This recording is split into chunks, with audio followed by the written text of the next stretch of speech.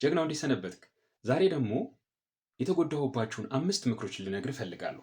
በብዛት በማህበረሰባችን የተለመደ አሁን ባለንበት ጊዜና ዘመን የተለመደ ቀድሞ ያልነበረ ነገር ግን ከስልጣኔና ከአጉል መንፈሳዊነት ጋር ተያይዞ የመጡ በጣም የሚነገሩ የሚመከሩ ነገር ግን እኔ ሞክሬያቸው የተጎዳሁባቸው አሁን ላይ የማላደርጋቸው የማልመክራቸውም ትክክል ያልሆኑ 5 ሐሰተኛ ምክሮችን እነግርሃለሁ። ጠብቀኝ። 5ኛ ፍቅራችሁን ተንከባከቡ የሚባል ነገር ኮንስትራክት ቢውልድ የሚሉት ነገር ፈሊጥ ነው። በተለይ በትዳር አማካሪዎች ዘንድ የምንሰማው አሁን በሃይማኖት አባቶችም ጭምር የሚነገረው በፊት ያልነበረ ልክ አዲስ የተገለጠልን መንፈሳዊነት አዲስ የተገለጠልን ስልጣኔ እየመሰለን የመጣው ነገር ማለት ነው። እኔ ግን ያገኘሁት በጣም ፍጹም ሐሰት እንደሆነ ነው ይህንን ነገር ማለት ነው። አንተ የምትኖርለት ዓላማ ካለ ከዚህ በፊት የተወያየ ነው ትዝ ይልሃል። ከአስሩ ነገሮች አንዱ ዓላማ ሊኖርህ ይገባል አይደለ? አንተ የምትኖርለት ዓላማ ካለ ለዛ ዓላማ ትሮጣለህ። እሷም እንደዚሁ የተለያየ ድርሻ አላችሁ። እነዛን ድርሻዎች እነዛን ሚናዎች በተወጣችሁ ቁጥር ፍቅራችሁን እየገነባችሁ ነው ማለት ነው። እነዛን ሚናዎች እንደ ስራ እንደ ጆብ በቃ እናንተ ላይ እንደተጫነ ግዴታ አድርጋችሁ ቆጥራችሁ እነሱን ስትጨርሱ አሁን ደግሞ እስቲ የራሳችን ላይ እንስራ ቁጭ ብለን እናውራ የምትል ከሆነ ምንም አትቀራረቡም፣ አትገናኙም። ምክንያቱም እነዛ ስራዎች እንደ ታስክ እንደ ጆብ ነው የሚታያችሁ፣ እንደ ላችሁ ላይ እንደተጣለ በርደን እንደ ሸክም እንደ ቀንበር ነው የምትቆጥሩት እና እነሱ በራሳቸው ፍቅራችሁን የሚገነቡላችሁ አድርጋችሁ አትቆጥሯቸው። ምናልባትም መተጋገዝ ይመስላችሁና የእሷን ሸክም አንተ ልትሸከም ትሞክራለህ፣ ወይም የእሷን ግዴታ የእሷን ሮል የእሷን ሚና ልትጫወት ትፈልጋለህ፣ እሷም እንደዛው ያንተን። ምክንያቱም እነዚህ ነገሮች በራሳቸው ፍቅርን የሚገነቡ አድርገህ ስለማትቆጥራቸው እሷም ስለማትቆጥራቸው እነሱን ኢንተርቼንጅብሊ በመቀየር እና ግዴታዎችን በመወጣት ሸክም የምታቀሉ ይመስላችኋል ወይ? ነገር ግን ከዚህ በተቃራኒ ነው የሚሆነው። ሚናዎቹን እነዛን የስራ ድርሻዎች በመቀየር የምታቀሉት ሸክም የለም፣ እንዳውም የምታከብዱት እንጂ። ስለዚህ አሁን በተደጋጋሚ በተለይ አሁን ዘመን አመጣሽ ከሆኑት በደንብ ገንዘብ ከሚሰሩት ትዳር አማካሪዎች የምንሰማቸው ነገሮች ምንድን ነው? እነዛን ሚናዎች መቀየር፣ መለዋወጥ ወይም ደግሞ መደጋገፍ በእነዛ ሚናዎች ማለት ነው። ጭራሽ መደጋገፉ አያስፈልግም እያልኩ ግን አይደለም።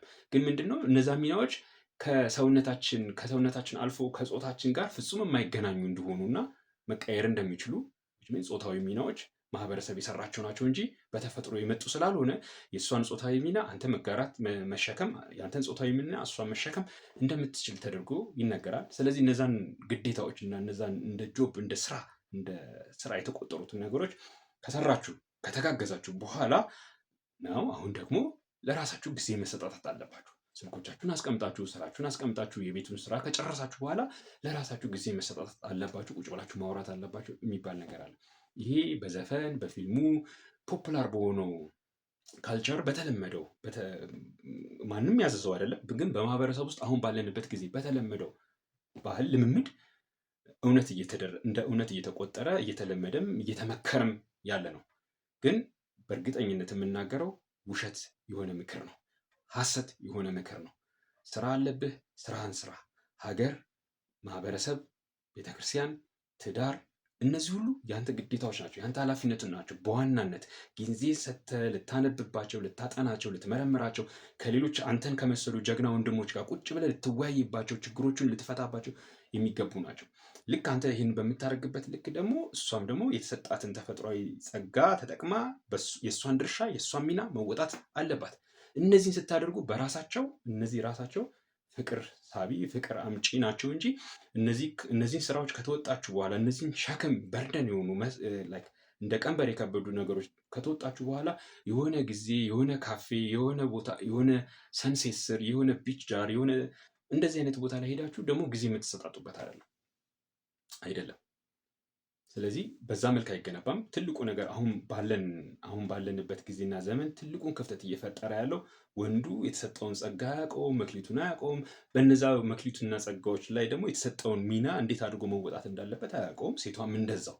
ምናልባትም በነዛ ሚናዎች ላይ ጸንቶ መገኘት ራሱ ከስልጣኔ ኋላ መቅረት ተደርጎ ስለሚታሰብ እነዛ የተሰጡን ጸጋዎች በነዛ ጸጋዎችም ልንወጣቸው ያሉብን ድርሻዎች እንደ ሸክም እንደ ማህበረሰብ እንደጫነብን በርደን ቀንበር ስለምንቆጥራቸው ከነሱ ስንገላገል ደግሞ ለራሳችን ጊዜ እንሰጣጥ መባባላችን በራሱ ፍቅራችንን የሚያቀዘቅዝ በሞቀው ፍቅራችን ላይ ውሃ የሚከልስ ነው። ስለዚህ የምትገነባው ፍቅር ቁጭ ብለህ ጊዜ መሰጣጣት፣ ጊዜ ሊሰጣት ይገባል፣ ጊዜ ልትሰጠው ይገባል። እሷም ጊዜ ከኪችን ስራዋ ከማድ ቤት ስራዋ ልጆች ከመንከባከብ ስራዋ ቀነስ አድርጋ ለእሱ ጊዜ ልሰጠው ይገባል። እሱም ደግሞ ስራዬ ብሎ ከሚያስበው ነገር ቀነስ አድርጎ ጊዜ ሊሰጠው ይገባል የሚባሉት ነገሮች እኔ የማለምንባቸው ነገሮች ናቸው። ያጠፋነው ነገር እንዳውም ወንዱ ወንድነቱን የሚገልጽበት የሚያበለጽግበት ስራ ላይ ጊዜ አያጠፋም።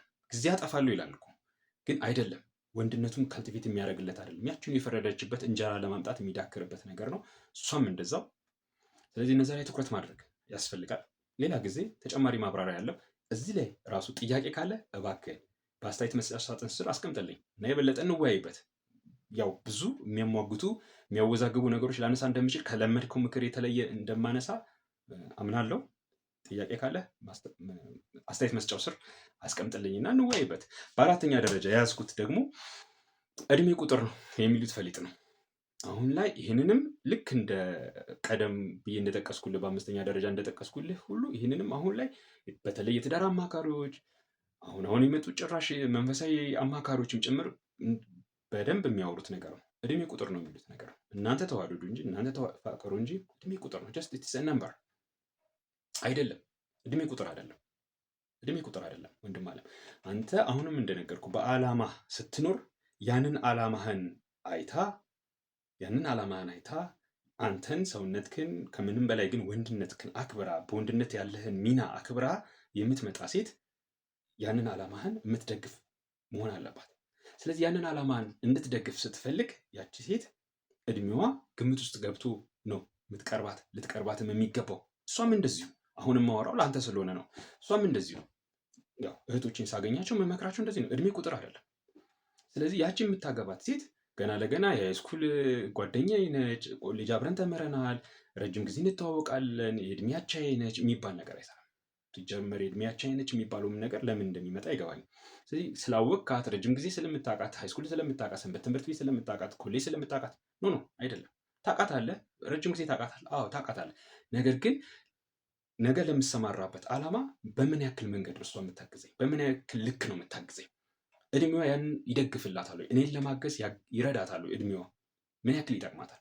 እኔ 35 ዓመት የሆኑ ሳገባ እሷም 35 ዓመቷ ከሆነ 34 ዓመቷ ከሆነ ይህን ግምት ውስጥ መክተት አለብህ። ምንድን ነው 34 ዓመት ከሆናት ሴት ጋር ምንም ድንግልም ልትሆን ትችላለች። ምንም አይደለም እሱ። እኛ አሁን ስለ እድሜ ነው የምናወራው። 34 ዓመት የሆናት ሴት ምን አድርጋ ነው የምታግዘኝ? ነገ ለምመሰርተው ቤተሰብ፣ ትውልድ፣ ማህበረሰብ እንዴት አድርጋ ነው የምታግዘኝ? ዓላማዬንስ እንዴት አድርጋ ትራዳኛለች? ይህንን ግምት ውስጥ አስገብተህ በደንብ ልታስብበት ይገባል። ይህ እንግዲህ በተለይ ስልጠናችን ላይ በፍኖተ አባወራ ስልጠናችን ላይ በደንብ በዝርዝር የምናየው ነገር ነው። ይህንን አግባ፣ እሷን አግባ፣ እሷን አታግባ ልልህ አልችልም። አንተ ራስህ ትወስናለህ። ቁም ነገሩ ግን ምንድን ነው? ይህንን እድሜ ግምት ውስጥ በመክተትህ ያለውን ትሬዶፍ እንድታውቀው ፈልጋለሁ። ትሬዶፍ የምለው እንግዲህ የሚያስከፍልህን ዋጋ አታድርገው አይደለም። የትኛውም ላይ ብትሆን ፐርፌክት የሆነ ሶሉሽን፣ ፐርፌክት የሆነ ምርጫ፣ ፐርፌክት የሆነ መፍትሄ የለውም። ቶማስ ዌል የሚለው ነገር አለ። ኤቭሪቲንግ ዩ ዲሳይድ ሃዝ ኤ ትሬዶፍ። የራሱን የሆነ ትሬዶፍ ይዞ ነው የሚመጣው። ቶማስ ዌል የሚለው እንግዲህ እውነት ነው። ስለዚህ አንተ 35 ዓመት ሆኖ 25 ዓመቷን አግባ ብልህ ምንድን ነው የምታገኘው ቤኔፊት? አሁን ያለህበትን እድሜ፣ ያደረስክበትን ደረጃ፣ የትምህርት ደረጃ፣ እውቀት፣ ችሎታ፣ የሰውነት ጥንካሬ፣ ጤንነት፣ ይህን ሁሉ ግምት ውስጥ ከተህ ማለት ነው።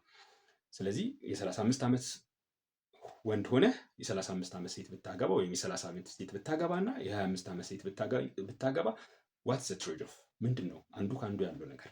ቁም ነገሩ ግን እድሜ ቁጥር አይደለም። በጣም ብዙ ነገር ማለት ነው እድሜ። ልጆች የምትወልድበትን የልጆችን ቁጥር፣ የልጆችን አስተዳደግ የሚወስን ነው። እንዲሁም ደግሞ ያንተን ብቻ ሳይሆን የቤተሰቡንም እድገት የእድገቱንም ፍጥነት ይወስናል። በተለይ ለወንድና ለሴት እድሜ ቀላል አይደለም። ለወንድና ለሴት የሚታይበት መነጽሩ ማለት ነው። ስለዚህ ከዛ አንጻር ገምግም። ሰዎች እድሜ ቁጥር ነው እናንተ ተዋደዱ እንጂ ሲሉክ እውነት አይምሰልክ። እድሜ ቁጥር አይደለም። በብዙ እንለያያለን። አንተ እድሜ 40 ሲደርስና እሷ 40 ስትደርስ በብዙ ትለያያላችሁ። ችግሩ ምንድነው? ዛሬ ከማግባት በፊት ይህንን አይነግሩም ሰዎች፣ ይህንን አይነግሩም። በኋላ እድሜ ከከፋ በኋላ ያው ምን ይደረጋል እንግዲህ ብዙ ነገር አግኝተሃል፣ ብዙ ነገር ውስጥ ገብተሃል። ስለዚህ ያው ይሄ ከእድሜ ጋር የሚመጣ ነገር ነው። ዩ ሃቭ ቱ አክሴፕት ኢት፣ ልትቀበሉ ይገባል። በዚህ ምክንያት ትዳር አይፈርስም። በራሱ ትዳር ራሱ ወደ ፍቺ መሄድ የለበትም ትባላለህ። ለምን ቀድማችሁ አልነገራችሁኝም ብትላቸው እነዛ ሰዎች ወይ አያውቁትም፣ ቢያውቁትም ደግሞ ያው ይህንን አድሚት ማድረግ ራሱ በአደባባይ ይከብዳቸዋል። እነሱ ካሉበት ደረጃም ሊሆን ይችላል። ስለዚህ ያው ወደፊት በተጨማሪ በዝርዝር ልናወራው እንችላለን። ግን አሁን ላይ መውሰድ ያለብን ነጥብ እድሜ ቁጥር አይደለም። አንተ በ30 ዓመት ማስትሬትም ዶክትሬትም ሰርተ አሁን አገባለሁ ብለህ ስትወስን የምታገባት ሴት እድሜዋን ግምት ውስጥ ከተህ ምንድን ነው የምፈልገው ከሷ ብለህ ያን የምትፈልገውን ነገር ስጠኛለች ወይ ከእድሜዋ አንጻር ማለት አለብህ። 35 ዓመት ሆኖ ቅድም እንደጠቀስኩልህ እሷም የ35 ዓመት ሴት ሆና የ33 ዓመት ሴት ሆና አታግባት አይደለም። ልታገባት ትችላለህ፣ ድንግል ልትሆን ትችላለህ፣ ልታገባት ትችላለህ። ግን እንበልና ለምሳሌ አንተ 5 ልጅ ከሆነ የምትፈልገው 5 ልጅ ሊሰጥህ አትችልም። ይህንን ማወቅ አለብህ። አታግባት አይደለም፣ ትወዳታለህ፣ ታገባታለህ። ግን ከ2 ከ3 ዓመት በኋላ ልጅ እምቢ ሲላችሁ ልታስጨንቃት አይገባም። ምክንያቱም በቃ ተፈጥሮ አይፈቅድላትም። ይህንን ደግሞ አንተን አስቀድመ ማወቅ ያለብህ። እሷ ማወቅ የለባትም እያልኩ ልከራከር አይደለም። ግን በቃ እንደ ቤቱ መሪ እንደ ሚስትህ ራስነት አንተን ይህንን አስቀድመ አውቀህ ትሬድ ኦፉን ቅድም እንዳልኩ ልውጡን የሚያስከፍልን ይህን እሷን በማግኘት የምታጣውን ነገር አውቀህበት ልትገባ ይገባል። ትወዳታለህ እኮ ትወዳታለህ። አንድ ልጅ ወልዳለህ አለች፣ በጣም ትወዳታለህ። በቃ ዩ ሃቭ ቱ አክሴፕት ኢት፣ ልትቀበለው ይገባል። ከአንድ ልጅ በላይ መውለድ ካልቻለች ልትቀበለው ይገባል። ታቦት ለታቦት መዞር ምናምን አይጠበቅም። እግዚአብሔር ታምር ይሰራል። ግን እግዚአብሔር በሰጠን ጸጋ ሳንጠቀምበት ቀርተን ግን የሰጠንን ጸጋ ሳንጠቀምበት ቀርተን የእሱን ተአምራት ፍለጋ ደግሞ መንከራተት አይጠበቅብንም። አስቀድመን ጸጋውን አውቀን የሰጠንን ጸጋ መቼ ነው ልንጠቀምበት የሚገባው? እዚህ ታይም ሴንሲቲቭ ጊዜ የሚገድበው ነገር ነው ብለን አውቀንበት ልንገባ ይገባል። ይህንን አስቀድመን አንተ አስብበት። ስለዚህ 5 ልጅ እፈልጋለሁ ካልክ ያው ዛሬ ጊዜ ወንዱም 5 ልጅ የሚፈልግ 10 ልጅ የሚፈልግ ወንድ ብዙ አይደለም፣ ያን ያክል ነው። ግን ቁም ነገሩ ግን ይህን እንድትረዳው እፈልጋለሁ ብዬ ነው። በተለያየ ጊዜ ከተለያዩ ወንድሞች ጋር ብዙ መከራ ውስጥ ሲገቡ ከሚስታቸው ጋር መከራ ውስጥ ሲገቡ ስለማይሆኑ እና እነዚህን ግምት ውስጥ ክተት። መውለድ ትፈልጋለህ አንተ 40 ዓመትም ሊሆን ይችላል። ነገ ልታገባት የምትፈልጋት ሴት ስንት ነው ልጅ ነው የምትፈልገው? አንተ ስንት ልጅ ነው የምትፈልገው? 2 ልጅ፣ 1 ልጅ፣ 3 ልጅ፣ 5 ልጅ፣ 10 ልጅ መብት ነው። ምንም አይመለከተኝም እሱ። ግን ያንን ደግሞ የምትሰጠ ሴት ጋር መሆን መቻል አለበት። የምትሄዱ አይደለ በጣም ወዳታለሁ ብለህ የምታገባ ሴት ነገ ይህንን ነገር ማድረግ ባትችል ልታስጨንቃት አይገባም። እስካልቻለች ድረስ ልታስጨንቃት አይገባም። አስቀድመህ ነበር ይህን መከላከል ያለብህ። ልክ እንደዚሁ ሌሎችም ነገሮች አሉ፣ ብዙ የሚነሱ ነጥቦች አሉ። አሁን ስለ ልጅ አነሳን እንጂ ብዙ አስተዳደግም ራሱ 35 ዓመቷ ላይ 3 ልጅ ብትወልድ 3 ልጆች ከወለደች በኋላ 40 ልትገባ ትችላለች። 40 ከሞላት በኋላ በ25 ዓመቷ በ26 ዓመቷ አግኝታት እንደምታገባ ሴት ልጆችን ተሯሩጣ ልትይዛቸው ምናምን በጣም ይከብዳታል። የራሷ ልጆች ተሯሩጣ ልትይዛቸው ልታሳድጋቸው በጣም ይከብዳታል። ወደ መሰላቸት ውስጥ ነው የምትገባው። ይሄ ከእድሜ ጋር የተያያዘ ነው። ምንም እንኳን ከሌሎች ነገሮች ጋር ተነስቱ ነገሮች ቢሳበቡበትም ማለት ነው። እነዚህ ነገሮች ማወቅ አለብን። እነዚህ ነገሮች አሁን እየተማርን አይደለንም፣ እየነገሩን አይደለም። በተለይ ደግሞ መንፈሳዊ ቦታዎች ላይ በቃ ፍቅር በጣም በጣም በጣም ተራግቦ ፍቅር የማይንደው የማያሸንፈው ነገር የለም ተብሎ ከተፈጥሮ ጋር ግብግብ ፈጥረናል። ስለዚህ እንደ ትውልድ እንደ ማህበረሰብ ማደግ ካለብን መብዛት ካለብን መጠንከር ካለብን እነዚህ ነገሮች በግልጽ መነገር አለባቸው። እኔም ደግሞ ምነግርህ ለዛ ነው። እንዳልኩ 35 ላይ ሆነ 10 ልጅ ብትፈልግ ማግባት ያለብህ ወደኋላ ዝቅ ብለህ ነው። በእድሜ ደረጃ ትሬድ ኦፍ አለው። እሱን አንተ መርምር። በይበልጥ ግን እነዚህን ዝርዝር ጉዳዮች አሁን ለመረዳት ያው የፍኖተ አባወራ ስልጠናችን በጣም ያግዝሃል። ቁም ነገሩ ግን አሁን እንደ ቲፕስ የምነግርህ እንደ ፍንጭ የምሰነዘረው ወደ አንተ ይህን ነገር እድሜ ቁጥር አይደለም። ገና ለገና ተዋደናል ብለህ እድሜ ቁጥር አይደለም ወንድም አለ ብዙ ነገር ማለት ነው። ስለዚህ ነገ በእጮኝነት ይዛት የልጆች እናት የምታረጋት ሚስትህን ከማግባትህ ከመወሰንህ ከመምረጥህ በፊት እድሜዋ ስንት ነው? እኔ ከእሷ የምፈልገው ውን ነገር ትሰጠኛለች ወይ? እኔ በምፈልገው ልክ ትራዳኛለች ወይ? እኔስ ደግሞ ላግዛት በምችለው ወይም ደግሞ እሷን መርቼ ወደ ኤክሰለንስ ወደምንደርስ በምንሄድበት መንገድ ላይ ትሆነኛለች ወይ የሚለውን እንድትገመግምበት እፈልጋለሁ። ዝርዝሩን ወደፊት ደግሞ እናወራለን። በሶስተኛ ደረጃ የያዝኩት በጠረጴዛ ዙሪያ ተወያዩ የሚባለው ነገር ነው። በጠረጴዛ ዙሪያ የምትወያየው ከማን ጋር ነው? ከኔ ጋር ነው? ከሚስት ጋር ነው? በምን ዙሪያ? አሁን በብዙ ርዕስ ዙሪያ በቤታችሁ ባለው ነገር ልትወያዩ ትችላላችሁ። ግን መወያየት በቃ ልክና ገደብ አለው። ጭራሽ ውይይት አያስፈልግም፣ ንግግር አያስፈልግም እያልን አይደለም። ግን አሁን ላይ በጣም ትልቅ ክፍተት የፈጠረብን በነገራችን ላይ ይህም ራሱ ከትዳር አማካሪዎች የሚመጣ ነገር ነው። በአብዛኛው ትዳር ማማከር የሚባለው ነገር ያው እኔ ብዙ አላምንበትም። ጭራሽ አያስፈልግም እያልኩ አይደለም፣ አላምንበትም። ለምን ብትለኝ በምዕራባውያን ዘንድ ትዳር ማማከር ወይም ማሪጅ ካውንስሊንግ የቢሊዮን ዶላር ቢዝነስ ነው። የቢሊዮን ዶላር ቢዝነስ ነው። ነገር ግን ትዳራቸውን እንደምናየው ነው። ለምን ብትለኝ አይሰራም። ሴትና ወንድን አንድ ላይ አስቀምጠህ በማዋራት ሴትና ወንድን ተነጋገሩ ብለህ እየመከርክ ትዳርን አታሳድጉም። ወንድ ልጅ ስልጠና ይፈልጋል ትዳሩን ለመምራት የሚስቱ ራስ ለመሆን፣ እሷ ደግሞ ትህትና ስልጠና ትፈልጋለች። ስለዚህ ሁለቱ በተለያየ መንገድ ወንዱ ልጅ ትህትናን አይደለም ስልጠና መያዝ አለበት። ያ ማለት ትዕቢተኛ ይሁን ማለት ግን አይደለም። ቁም ነገሩ እንግዲህ ምንድነው? ሁለቱ በተለያየ መንገድ የሚሰሩ ሆኖ ማሪጅ ካውንስሊንግ ግን ሁለቱንም አንድ ላይ እንደ እኩል ጨፍልቆ ያስኬዳቸዋል። ማሪጅ ካውንስሊንግ ለማን የተመቸ ነው? ለሴቶች የተመቸ ነው። ሂድ እኛ ሀገር ያሉትን ማሪጅ ካውንስለሮች፣ የትዳር አማካሪዎች ብትሰማቸው ቁጭ ብዬ አንዳንዶቹ አሉ ቁጭ ብዬ 5 ሰዓት የመስማት ጸጋ አለኝ ይላሉ። 5 ሰዓት የምታወራለት ሴቷ ነች እንጂ ወንዱ አያወራለት። 5 ሰዓት አይወራ። ሴቷ ደግሞ ይህን ትፈልገዋለች። ሴቷ ይህንን ስታወራ ካውንስሊንግ አገኘው ትላለች እንጂ ሪሊፍ ነው፣ በቃ መተንፈስ ነው። እዛ ሰውዬ ጋር ሄዳ ስለተነፈሰችለት እሱም ደግሞ ስላዳመጣት ላዳመጠበት 30 ሺህ ብር ይከፈሏል። እያገዝኳት ነው ብላ ያስባል። እሷም እያገዘኝ ነው ብላ ታስባለች። ግን አይደለም፣ እያገዛት አይደለም። ወንድንም ደግሞ እንደዛው ማለት ነው። ይሄ እንግዲህ በእኛ አሁን ባለንበት ጊዜና ዘመን ከምዕራባውያን ተወርሶ የመጣ ነው። ስለዚህ ቁጭ ብሎ መወያየት የሚባለው ነገር መጠን አለው፣ ልክ አለው። በቃ ሀሳብን ትነግራለህ፣ እሷ ሪፍሌክት ታደርጋለች፣ በዛ ላይ ግብረ መልስ ትሰጣለች፣ 1-2 ትነጋገራላችሁ። ከዛ በኋላ ወደ ኮማንድ መሄድ ካለበት ይሄ ነገር እንዲደረግ እፈልጋለሁ፣ በሰጠሽኝ አስተያየት መሰረት እነዚህ ነች እናስተካክልና ወደ ተግባር ይገባ፣ የሚደረገው ነገር ይደረግ። በቃ አለቀ አለቀ። ጥቅም የለውም ወይ ካልከኝ አብዛኛውን የትዳር ውስጥ ውይይት ጥቅም የለውም። እርግጠኛ ሆኜ ነው የምነግርህ። የትዳር ውስጥ የጠረጴዛ ዙሪያ ውይይት የሚባለው ነገር ጥቅም የለውም። ጭራሽ ደግሞ ወሲብን ኢንቮልቭ የሚያደርግ ከሆነ ወሲብን የሚያካትት ከሆነ እሱንም ደግሞ ይነግሩናል እንደዛው አይደለ? ስለ ወሲብ ህይወታችሁም ራሱ ቁጭ ብላችሁ በጠረጴዛ ዙሪያ ተወያዩ። እንደዚህ የሚሉ ሰዎች ወንድም አለ ቢዝነስ እየሰሩብን ነው፣ ገንዘብ እየሰሩብን ነው። አይታቸው ከሆነ ከዕለት ዕለት ወዛቸው እያማረ አንገታቸው እየታጠፈ ቲፊ እያለ ነው የሚመክሩ ምክር ራሱ በዩቱብ በቲክቶክ በመጽሐፍ እንደገናም ደግሞ ቢሮቸው ስትሄድ በ30 ሺህ በ50 ሺህ ብር ይሸቅሉብሃል። ትዳር ግን አይሻሻልም። የሀገራችንም የትዳር ችግር በእነሱ አይፈታም። የምዕራባውያንን እያየነው ነው።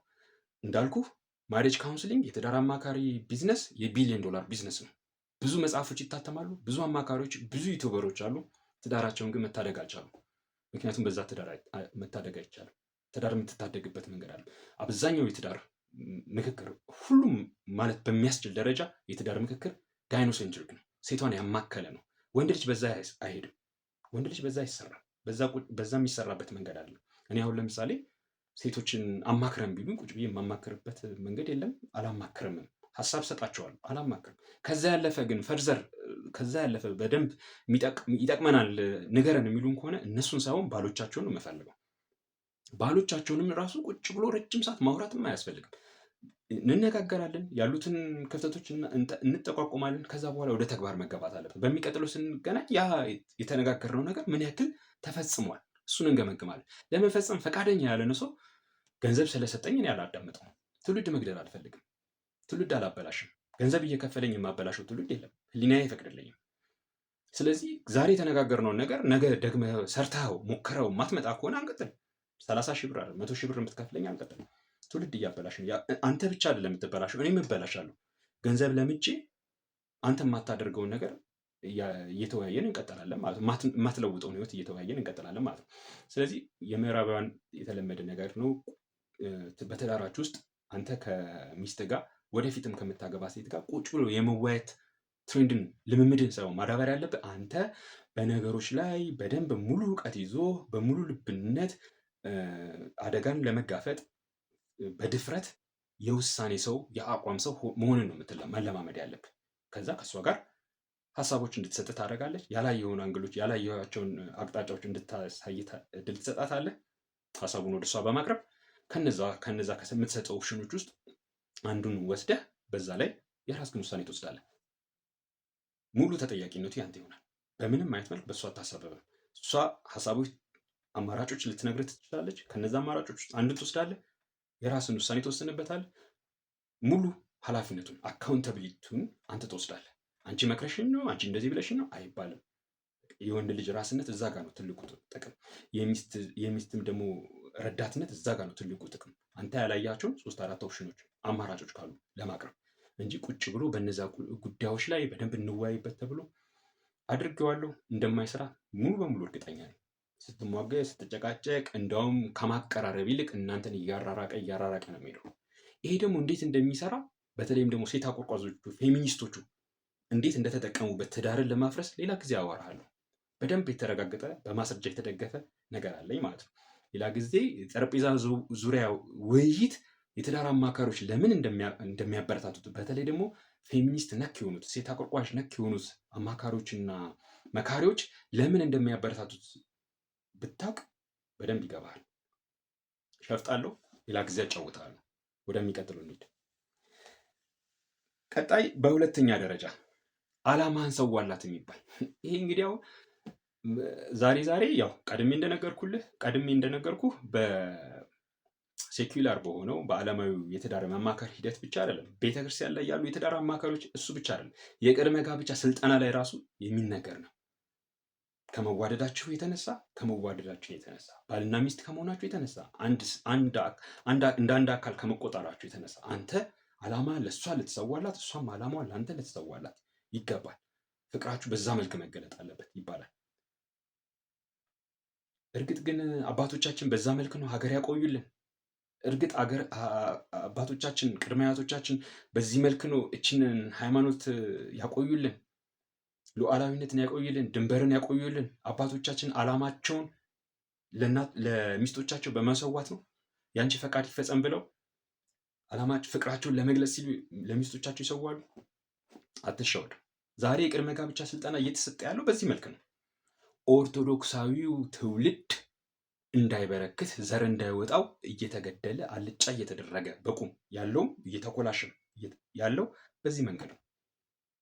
ያው ስንነግራቸው መስማት ፈቃደኛ አይደሉም። ሀሳብ ሼር ለማድረግ ለመጠያየቅ፣ ለመሟገት፣ ለማስረዳት ፈቃደኛ አይደሉም። ግን ያለን አማራጭ በዚህ መልክ መሄድ ስለሆነ በዚህ መልክ እንሄዳለን። አንድ ነገር የምነግርህ ግን እርግጠኛ ሆኜ የምነግርህ አላማህን የምትሰዋላት ሴት የለችም፣ ልትኖር አትችልምም፣ አልተፈጠረችም። ሚስቴ አላማዬን የምሰዋላት አይደለችም። ሚስቴ አላማዬን የምትደግፍ የምትራዳኝ ነች። ደን አለቀ። አላማህን የሰዋለት she will not have respect for you። አታከብርህም መቼም። ለጊዜው ዋው ለኔ ሲል እኮ ትዳሩን ለኔ ሲል ይቅርታ ለኔ ሲል እኮ ቤቱን ጥሎ ለኔ ሲል እኮ ስራውን ጥሎ ለኔ ሲል እኮ አገሩን ለቆ ለኔ ሲል እኮ ለጊዜው ይመስላል። ለሷ ስል ያልሆንኩት ነገር አለ ወይ? የእነንቱኔን ዘፈን እየሰማ የእነንቱኔን መጽሐፍ እያነበብ ለሷ ስል ትላለች፣ እሷም ለኔ ሲል ትላለች። እመነኝ ትንቃለች። she will not have respect for you። የሚኖርለት ዓላማ የሌለው ይሄ ምን ይከበራል ነው የምትባለው። ዓላማን አትሰዋላት። ሰሞኑን አንድ የቅድመ ጋብቻ ስልጠና የሰጡበት አንድ አጥቢያ ቤተክርስቲያን የተሰጠበትን ሲሰጡ የተቀዳ እየሰማው ነበር እና በደንብ አስተማሪው ይህንን እየደጋገመ ይነግራቸዋል። እንግዲህ አስቡት ምን ያክል ትውልድ እንደሚበላሽ። በትዳርህ ውስጥ ዓላማን የምትሰዋላት ሴት እያለች አንተ የትዳርህ መሪ ራስህ መሆን አትችልም። ትዳርህን መምራት ካልቻልክ ዓላማህን ለሴት የምትሰዋ ከሆነ ለሀገርም ለቤተክርስቲያንም ለዘላለማዊ ሕይወትም አትጠቅም ይመስላል። አንተ አጽድቀው ስለሚነግሩ ይህንን በመንፈሳዊነት ስም በፍቅር ስም አጽድቀው ስለሚነግሩ ላይክ ትልቅ ጥቅም አክሊል የምታገኝበት ይመስላል። ኖ አይደለም። ታማርርበታለህ፣ በኋላ ይቆጭሃልም። ግን ማን ይሄ ነው ችግሩ ብሎ ሊነግር ይችላል። እኔ ግን ወንድም እነግርሃለሁ፣ ዓላማህን አትሰዋ ለማንም። ዓላማህን የማያከብር ሰው ያንተ አይደለም፣ ያንተ ሊሆን አይችልም፣ ሊረዳህም አይችልም። ስለዚህ ዓላማህን አትሰዋ። በፍቅር ሰበብ የሚሰዋ ዓላማ የለም። ቀጣይ በአንደኛ ደረጃ የምነግርህ በጣም ከባድ ነው። እኔ እንጃ ምን ያክል ዝግጁ እንደሆንክ። ይህን ለረጅም ጊዜ የተነገረን ነገር ለረጅም ጊዜ የተነገረን ነጭ ውሸት፣ ሐሰት የሆነ ትምህርት። ይህንን የሚነግሩን የሃይማኖት መምህራን፣ በሊቅና በሊቃውንት ደረጃ ያሉ በፕሮፌሰር ማዕረግ የሚገኙ የዩኒቨርሲቲ መምህራን እስከታች እስከ ሰንበት ትምህርት ቤት አሰልጣኝ መምህራኖች ድረስ ናቸው። እንደ መመሪያ የተሰጣቸው ይመስለኛል። ወይም ደግሞ አንዱ ሲናገር በቃ እንደ ጥሩ ነገር ሌላውም እንደ ገደል ማሚቱ እየወሰደ ያስተጋባዋል። ልክ የተገኘ አዲስ የተገኘ ጥበብ እውቀት አድርገው፣ ግን ቶታሊ ሮንግ፣ ውሸት፣ ነጭ ውሸት፣ ሐሰትም ነው። ትውልድ ገዳይ ነው። ማህበረሰብ አፍራሽ ነው። ቤተሰብ በታኝ ነው። ሀገር አፍራሽ ነው። ቤተክርስቲያናችንም እንደዚሁ የሚያስቀራት ነው። አሁን በኦርቶዶክሳውያኑ ዘንድ እየተራገበ ያለ ይሄ በነገራችን ላይ አሁን የዘረዘርኩልህ አብዛኛው ይህን አንደኛውን ጨምሮ በተለይ ደግሞ አንደኛውን ጨምሮ ከካቶሊካውያኑ የቅድመ ጋብቻ ስልጠና የተወሰደ ነው። ካቶሊካውያኑ ቀድመው ስለ ቅድመ ጋብቻ ያዘጋጇቸው ማኑዋሎች ላይ ይሄ ነገሮች አሉ። ምንም ኢትዮጵያዊ አይደለም። ምንም ኢትዮጵያዊ አይደለም። ሆኖም አያውቅም። ኢትዮጵያዊ ትውፊትም አይደለም። የኢትዮጵያን ኦርቶዶክስ ተዋሕዶ ቤተክርስቲያንንም አይወክልም ወይ አስተምሯንም አይወክልም። ምክንያቱም አባቶቻችን በዚህ መልክ አላደጉም። ምንድን ነው መሰለህ በአንደኛ ደረጃ እኔ በተለይ የተጎዳሁበት አሁንም ሌሎች ወንድሞች እየተጎዱበት ያለ በተለይም ኦርቶዶክሳዊ ትውልድ እየተጎዳበት ኦርቶዶክሳዊ ማህበረሰብ እየተጎዳበት ያለው ነገር፣ ይህም ደግሞ የበለጠ በቤተ ክርስቲያን የምንሰማው ትዳር መስቀል ነው የሚሉት ፈሊጥ፣ ይህ ቶታሊ ውሸት ነው፣ ሐሰት ነው። አንተ የምታገባው የምትረዳህን የምትራዳህን እንጂ መስቀል የምትሆንብህን ሴት አይደለች። አንተም መስቀል ልትሆንባት አይደለም በጭራሽ። ሁለት እግሮች እርስ በርስ ሊጋጩ ይችላሉ። ምንም 80 ዓመት 100 ዓመት 150 ዓመትም አብረው ቢኖሩ የሚጋጩባቸው ጊዜያቶች አሉ። አንዳንዴ ግን በጭራሽ አናስታውሰውም። አንተ እግሮቼ የተጋጩበትን ቀን አታስታውስም። አልተጋጩም ልትል አትችልም። ተጋጭተዋል ብዙ ጊዜ። መጋጨታቸው ሳያንስ አንተንም በአፍጢም ደፍተው ሊሆን ይችላል። ግን ቂም አትይዝባቸውም። እሱ ብቻ አለም ተረሳዋለህም ጭምር እንጂ ምላስህ በጥርስ ይነከሳል። ስንት ጊዜ መስቲካ ስናኝ፣ ቆሎ ስንበላ፣ አጥንት ስንገጥ ዋሪቨር በተለያየ አጋጣሚ ጥርሳችን ምላሳችን ይነክስብናል። አንድ ቀንም ግን ቀኑን እንኳን አናስታውሰነው አናቅም። ተቀይመናቸውም አናቅም። ጥርሶቻችን ተቀይመናቸውም አናቅም። በቃ እንደዚህ አይነት ግጭቶች ናምን ጊዜም አሁንም ሌላም ጊዜም ይፈጠራሉ በባልና ሚስት መካከል። በተረፈ ግን መስቀል ናቸው አይባልም። በጭራሽ ለመስቀልነት ደረጃ የሚያደርሱ አይደለም። መስቀል እሱ አይደለም። መስቀል ከኛ ውጭ ያለ ነው። እሷማ ልትራዳኝ ነው የመጣችው። መስቀል አላገባም እኔ። መስቀል ስቃይ የሆነችብኝ ሴት አላገባ። መስቀሌ ሌላ ነው። መስቀላችሁን ተሸክማችሁ ተከተሉኝ የተባለ ሚስቴ መስቀል ሆናብኝ ያንን ህይወት አይደለም። ይህ ግን ሆን ተብሎ በተለይ በእኛ በኦርቶዶክሳውያኑ ዘንድ በማህበረሰቡ ዘንድ ተቀባይነት እንዲኖረው አሁን በጣም እየተራገበና ወደፊት እየተገፋ ያለ ነው። አባቶቻችንና እናቶቻችን በዚህ መልክ አልኖሩ። ይጋጫሉ፣ ይጣላሉ፣ ይደባደባሉ፣ ተለያይተው የሆነ ጊዜ ይቆያሉ፣ ተመልሰው አብረው ይኖራሉ። በምንም አይነት ግን ትዳሬ መስቀሌ ነው አይባልም። አይሆንም። አሁን እንደ ጽድቅ እየተነገረ ነው። which means ልጆቻችን፣ ወንድሞቻችን፣ እህቶቻችን ሊበለጽጉበት፣ ሊያድጉበት፣ ሊያዩሉበት በሚገባ ማንነታቸው ሊያሸንፉት በሚገባ ተፈጥሯቸው ላይ እሱ ላይ ማሸነፍ ሳይችሉ እሱ ላይ ሳይሰራ እሱን ማሰልጠን ሳይቻል ሲቀር የራሳቸውን ስንፍና ለሌላው እንቅፋት ሲሆን ትዳር መስቀል ነው ይባላል። ነው አይደለም። ወንዱ ልጅ መሰራት ባለበት ልክ ይሰራል። ተፈጥሮን እንዲያውቅ እንዲበለጽግበት፣ ለሌላ ሰው እንቅፋት መሆን የለበትም። የሱ ተፈጥሮ ሌላ ሰውን የሚያግዝ መሆን አለበት። ሲሆን የሱ የወንድነት ተፈጥሮ ከራሱ አልፎ ለሚስቱ ለልጆቹ አይደለም ለሀገርና ለቤተክርስቲያን መትረፍ አለበት።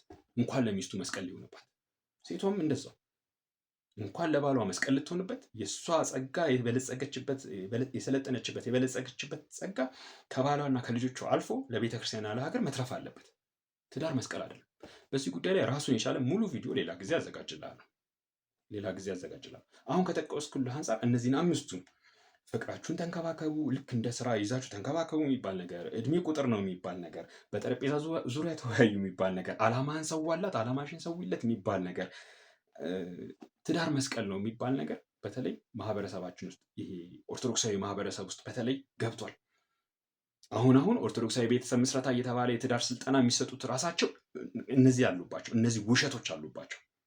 ትውልዳችንን እየገደሉ ኦርቶዶክሳዊ ማህበረሰብ በቁሙ ባርነት እንዲለማመድ የሚያስተምሩት ናቸው። በትዳሩ ተደጋግፎ ተጠናክሮ ዓለምን ማሸነፍ በዙሪያ ያሉትን ጠላቶች አሸንፎ በኃያልነት በንጉስነት በቅዱስነት እንዲቆም ከማድረግ ይልቅ ባሪያ በፈቃድ ወዶ ገብ ባሪያ የሚያደርጉት ናቸው። ለዚህ ነው በተደጋጋሚ በምጽፋቸው ጽሁፎች በአባወራ ቴሌግራም ቻናል እና በአባወራ ፌስቡክ ገጽ ላይ የባህል አብዮት ያስፈልገናል። እመኔ የባህል አብዮት ያስፈልገናል። የሆነ ቦታ ላይ መተን መንገድ የሳትንበት መንገድ አለ።